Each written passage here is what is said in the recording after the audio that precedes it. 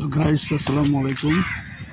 আমরা এখন যেখানে পরকালে সময় আমরা এখানে আসবো, সবাই মারা গেলে এখানে কবরস্থান।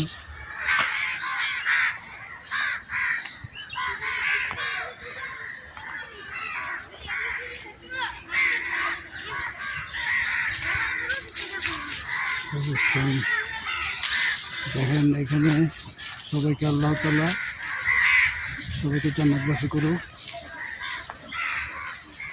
দেখেন গাড়ি কত বড় লোক কোটিপতি এখানে সাহিত্য আছে।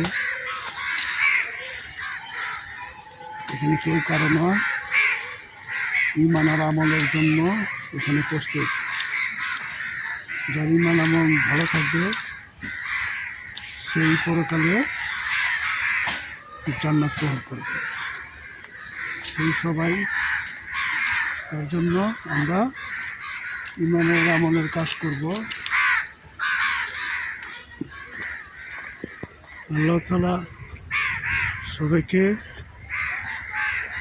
নামাজ পড়ার তৌফিক দান করুক, আমিন।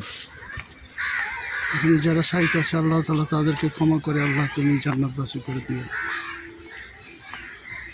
লা ইলাহা ইল্লাল্লাহ মুহাম্মাদুর রাসূলুল্লাহ। এটা আমাদের একটা নতুন কবর, নতুন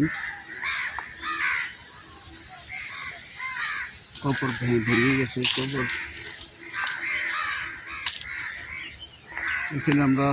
যেখানে আমরা পরকালে আসার জন্য করি, সবাই এখানে আসবেন।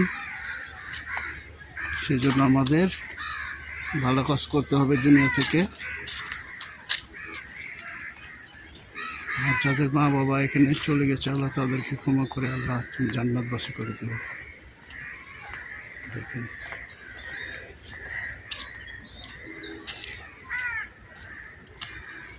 আল্লাহ তাআলা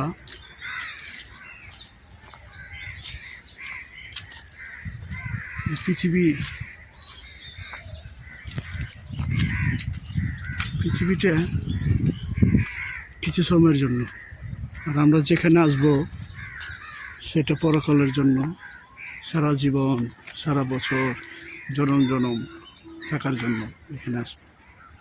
সেই জন্য ভালো কাজ করতে হবে, নামাজ পড়তে হবে, আল্লাহকে স্মরণ রেখে ঈমানের আমলের ভাবে চলতে হবে।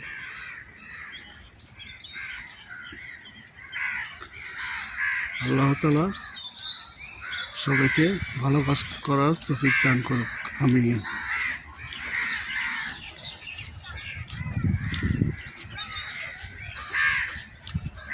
দেখাচ্ছি আমাদের কবরস্থান।